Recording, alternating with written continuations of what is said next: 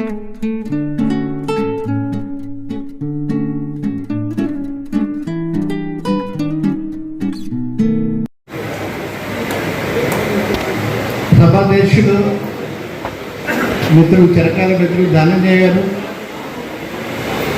బాబు నాకు ఎప్పటికీ బాబే, రఘుబాబు, శైలజ, సుష్మిత, విజ్ఞాన్ పెద్దలు, వేదిక మీద ఉన్న పెద్దలు అందరికీ. ఇప్పుడు సభా మందిరము రఘుబాబు మనసులాగా చాలా నిండుగా ఉంది. ఇది నిండుగా ఉండగానే మాట్లాడేద్దాం వేశారు. తప్పకుండా రఘుబాబు హాస్యంలాగా ఇది కూడా ఆయన చెప్పే సామాజిక విశ్లేషణ దేశం అంతర్జాతీయం అని అవన్నీ కూడా సూక్ష్మ రూపంలో పెట్టుకున్నవాడు రఘుబాబు అని సభ చూస్తే మనకు అర్థమవుతుంది.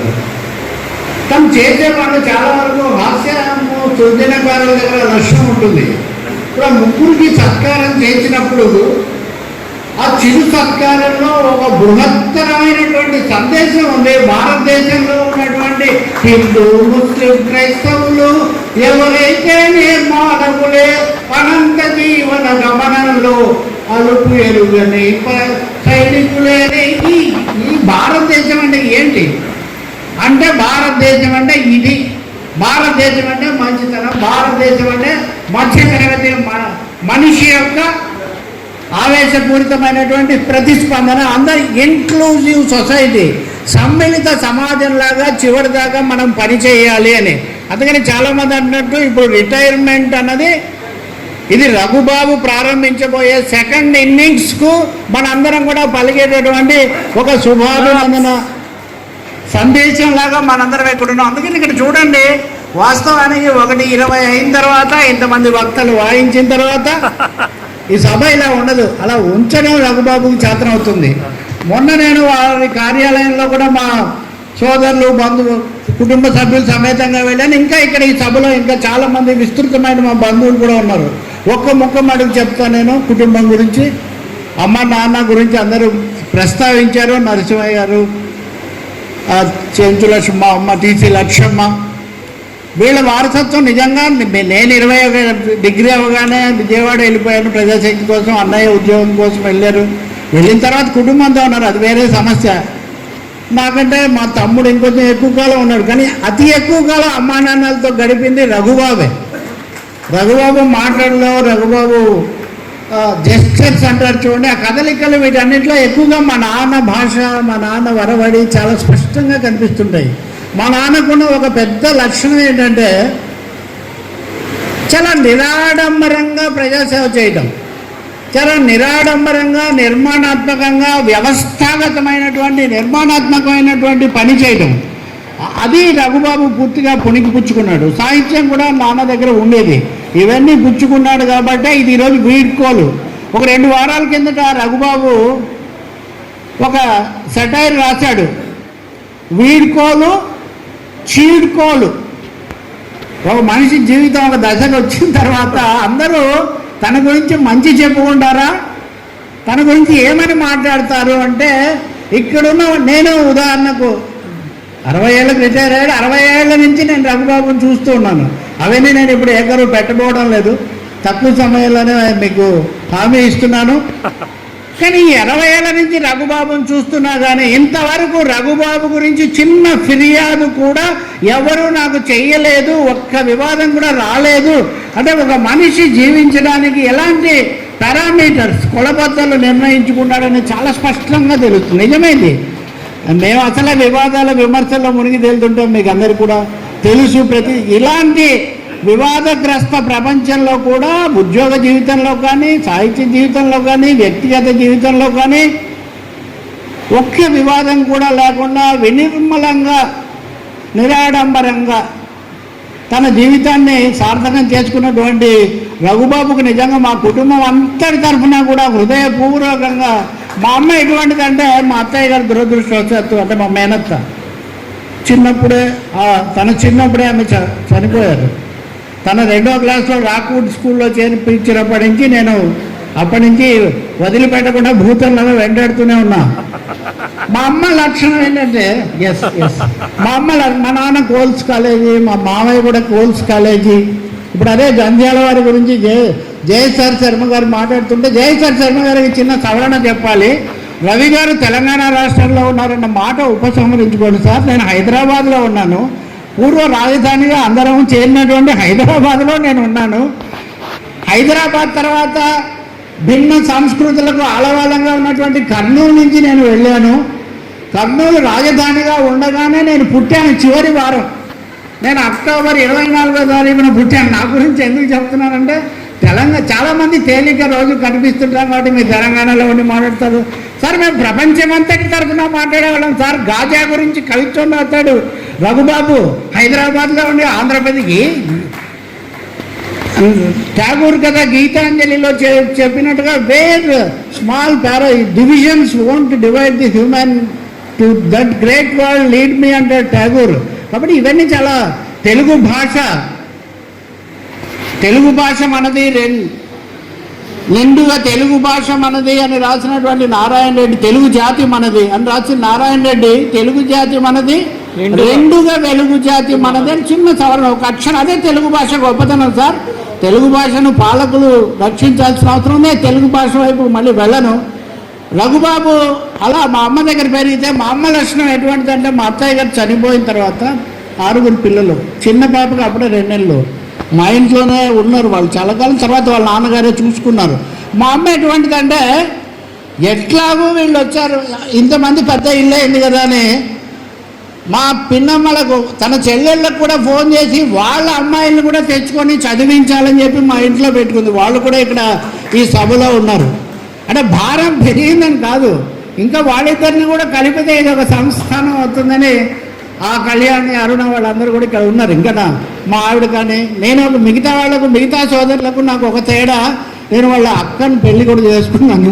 కాబట్టి ఇంకొంచెం ఎక్స్ట్రా ఒక చిన్న ఇది కూడా ఒకటి ఉంది. మిత్రులు ఆ విషయాలు పక్కన పెడతారు. రఘుబాబు అప్పటి నుంచి చూస్తున్నా ఇప్పటి వరకు కూడా వృత్తి జీవితంలో కానీ స్వయం కృషితో ఉద్యోగం తెచ్చుకున్నారు, మెరిట్తోనే తెచ్చుకున్నారు. అప్పుడు చెప్తుండేవాళ్ళం, సినిమాలో కదా హీరో కలెక్టర్గా, ఎస్పీగా ఆ ఊరికే వస్తాడంటే ఎలా వస్తాడో అర్థమయ్యేది కాదు. అంటే విమర్శిస్తుంటాం మనం ఎట్లా వస్తాడు అని. కానీ వచ్చాడు. ఒక ఉద్యోగం కాదు, 2-3 ముందు కేంద్రీయ విద్యాలయంలో, తర్వాత ఇన్సూరెన్స్లో, తర్వాత కూడా అక్కడ ఆపుకున్నాడు.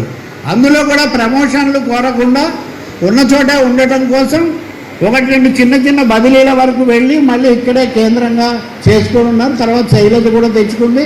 ఈ విధంగా తనకున్న పరిమితుల్లోనే, ఆ జీవితానికే పరిమితమై సమాజానికి అపరిమితమైనటువంటి సేవ అందించడం కోసం తనకు తాను పరిమితులు పెట్టుకున్నటువంటి ఒక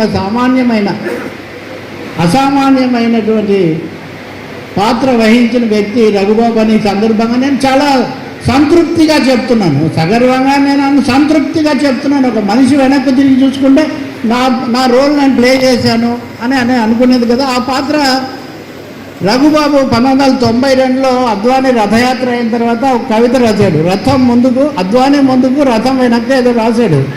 చాలా సెటైరికల్గా ఉన్నది. బాబు నువ్వు ఈ లైన్ తీసుకొని కవితలు కాలమ్స్ ఎందుకు రాయకూడదు? అది నాకు అంతగా ఇప్పటికి కూడా గుర్తుంది స్థూలంగా. రథం ముందుకు, దేశం వెనక్కి అనే అర్థం వచ్చేటట్టుగా. కాబట్టి అప్పటి నుంచి తను రాయడం మొదలుపెట్టాడు. జయసార్ శర్మ గారు ఇంకొకందుకు కూడా ఆయన మెచ్చుకోవాలి. సల నిండ పూదండ దాల్చిన రాణి మొలక నవ్వుల తోడ మురిపించబోకే, పులవానలు కురియు మొయిలువో మొగలి రేకులలో నీ సొగసువో. ఈ పాట మా మామ జంధ్యాల చిదంబర శర్మ గారు, వాళ్ళ నాన్నగారైన చిదంబర శర్మ గారు పాటల్లో దిట్ట. ఆయన రాత్రి కూడా అందమైన ఆనందం పాట వినకుండా నేను ఇంటికి వెళ్ళేవాడే కాదు. అంత అద్భుతంగా, అంటే సంగీత సాహిత్య సమసంస్కృతి అన్నట్టుగా సంగీతం సాహిత్యం కూడా ఆ కుటుంబంలో తండ్రి దగ్గర నుంచి కూడా ఈయన పుణికిపుచ్చుకున్నాడు. ఈయన దగ్గర ఘంటసాల రికార్డులు ఎన్ని ఉంటాయో మనం ఆశ్చర్యపోతాం. ఘంటసాల పాటలే, ఏ సినిమాకి ఎవరు సంగీతం కట్టారు అంటే, ఇందాక మిత్రుడు ఒక మంచి మాట వాడారు, సాంస్కృతిక బాధ్యత అని. సామాజిక బాధ్యత, రాజకీయ సాంస్కృతిక బాధ్యత, cultural responsibility towards the society. అంటే ఉద్యోగంలో official responsibility, family responsibility, social responsibility, వీటితో పాటు కల్చరల్ రెస్పాన్సిబిలిటీ అనే దాన్ని కూడా శక్తి కొద్దీ పోషించాడు. కాబట్టి పుస్తకాలు, ఆవిష్కరణలు, ఇప్పుడు తన పుస్తకాలు రాయడం కాదు, ఎవరు పుస్తకాలు రాసినా కానీ వాళ్ళని రెండు చేతుల ప్రోత్సహించి ఆశీర్వదించేటటువంటి, వెండు తట్టేటటువంటి వ్యక్తి ఇప్పుడు మోహన్, రఘుబాబు, చక్రపాణి, వీళ్ళందరూ ఇంకా చాలామంది మిత్రులు అదే వినాయతుల్లో కూర్చున్నారు. అక్కడ పత్తి ఓవలే ఒకరు కాదు, హైదరాబాద్లో ఉన్నా వారు అన్నట్టుగా అక్కడ ఉన్నా ప్రతిసారి ఈ సాంస్కృతిక యాత్ర ఆయన సాగిస్తూనే వచ్చారు.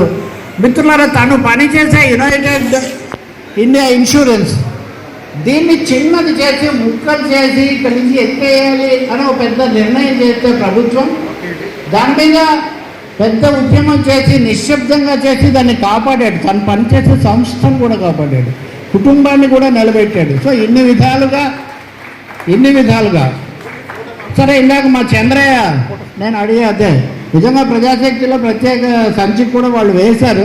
నేను కూడా ప్రజాశక్తిలో ఉన్నాయి కదా. రఘుబాబు ప్రజాశక్తిలో కూడా కాలం రాశారు. ప్రజాశక్తికి కూడా ఆయన అనేక సందర్భాల్లో అనేక రూపాల్లో సహకరించారు. ఇందులో చాలా వాటికి మా నాన్న ఉన్నప్పటి నుంచి చేశారు, తర్వాత కూడా కొనసాగిస్తూ ఉన్నారు. రాబోయే రోజుల్లో కూడా నేను నిన్న కూడా చెప్పాను, వారి మామగారు కూడా గతంలో ఇన్సూరెన్స్ రంగంలో పనిచేశారు. మొత్తం ఈ వారసత్వాన్ని, ఈ బంధుత్వాన్ని అన్ని విధాల రఘుబాబు చాలా అర్థవంతంగా చేయటమే కాకుండా దేశ రాజకీయాల్లో ఇప్పుడు ఏం చేయాలి, ఇప్పుడు గాజా మీద ఎందుకు కవిత రాయాలి, ఇప్పుడు ఆ ముగ్గురిని ఎందుకు సంస్కరించాలి, ఇప్పుడు ఎందుకు ఒక ప్రైవేటీకరణ గురించి చేయాలంటే ఇవన్నీ పర్యావరణం గురించి కూడా. సార్ జయసార్ శర్మ గారికి మీ దృష్టి కూడా తెస్తున్నాను. చాలామంది కరుణశ్రీ అంటే నేను ఒక పూల మొక్క కడ నుంచి లేకపోతే పూలు దారాలతో గొంతుల గురి బిగించి ఇవి చదువుతుంటారు. కరుణశ్రీ గొప్ప పర్యావరణ కవి. కరుణశ్రీ కవిత్వంలో పర్యావరణ స్పృహ అపూర్వంగా ఉంటుంది. అది రఘుబాబు దగ్గర కూడా చాలా ఎక్కువగా ఉంటుంది. మనం ఇందాక ఇచ్చిన మొక్కల దగ్గర నుంచి జన విజ్ఞాన వేదిక నాయకుడుగా కూడా ఈ పర్యావరణానికి ఎంతో పనిచేశాడు. ఇక ముగింపు నేను కూడా ముగిస్తాను, ఎందుకంటే ఇక నిండుగా ఉండగానే ఆట ఆపడం ఒక కళ అంటారు కదా, మాట ఆపడం కూడా ఒక కళ. కాబట్టి తను పదవీ విరమణ వేళ నేను మామూలుగా పదవీ విరమణ చేయడం లేదు, అక్షర కాంతులతో పదవీ విరమణ చేస్తున్నాడు రఘుబాబు.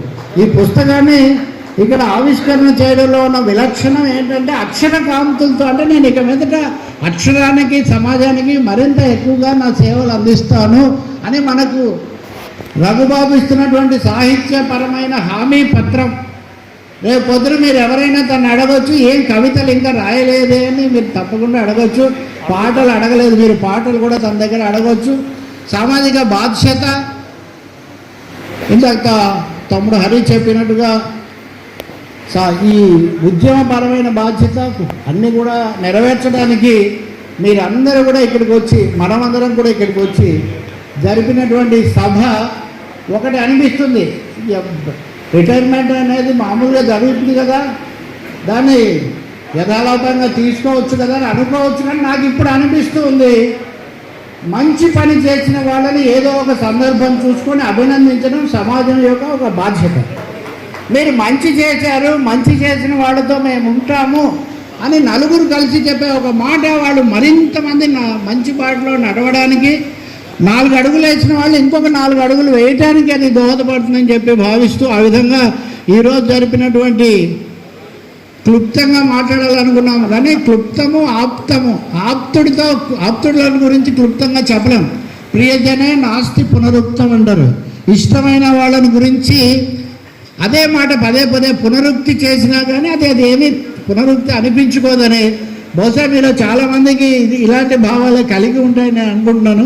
అధ్యక్షుల వారు ఎంతమందికి అవకాశం ఇస్తారో నాకు తెలియదు, కానీ మన అందరి తరఫున కూడా నేను రఘుబాబుకు ఈ సందర్భంగా హృదయపూర్వక అభినందనలు తెలియజేస్తూ మిగిలిన విషయాల తర్వాత టీవీలో మాట్లాడుకుందాం. సరే, నమస్కారం.